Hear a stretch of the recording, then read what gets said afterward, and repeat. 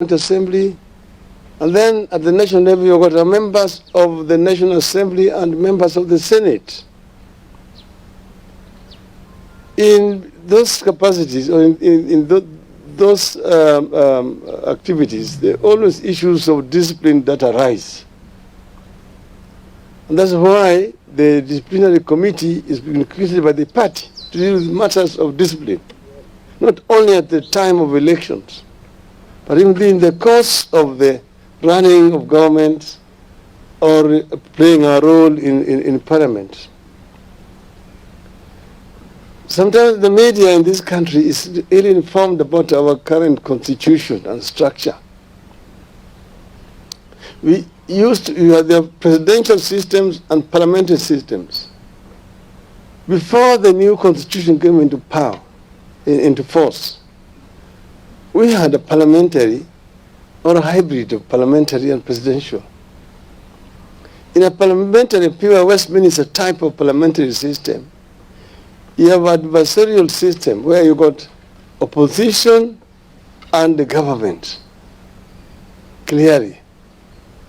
So the opposition's work is to keep the government in check, and most of the times oppose the government when the government goes wrong. But in a presidential system, where you've got clear separations of power, the executive, the legislature, and the judiciary, things are a little bit different. Because in a presidential system, parliament as an institution is supposed to oversight the executive. So it is not only the responsibility of the minority party to oversight. Even the majority parties is part and parcel of that process of oversighting. That's the role of the government. So media is giving us that, oh, the opposition is weak, the opposition is weak. No. In parliament, our members of parliament are playing their role of oversight. All of them. And even those who are in the majority party are also playing their role. That's why you've got committees in the House who have been tasked to oversight various portfolios. So don't be that ODM is not doing its role. What about Jubilee? Jubilee members of parliament have also a role to oversight that government. All the members of parliament have a role to do the work of oversighting. But this is a system that is still new. You must understand that members of parliament are still in the process of learning what they're supposed to be doing. So we want to move forward as one united party, and we're now doing preparations. For shortly we're going to be having party elections.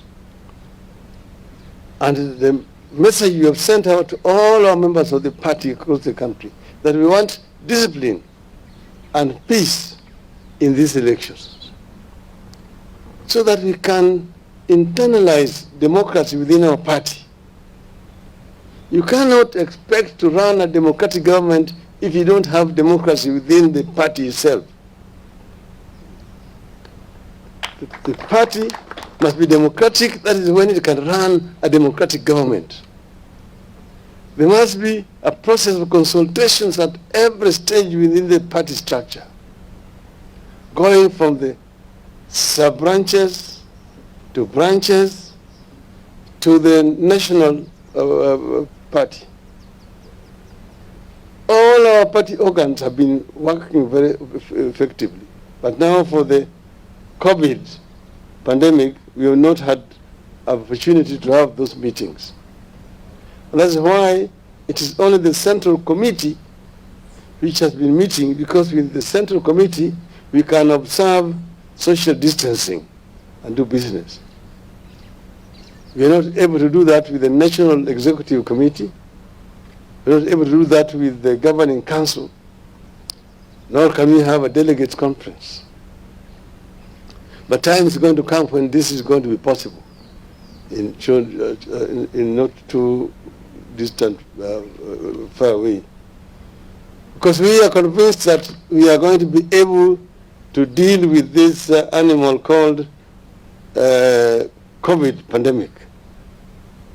We believe that eventually we are going to triumph over this, and that Kenya is going to emerge out of it stronger than it is today.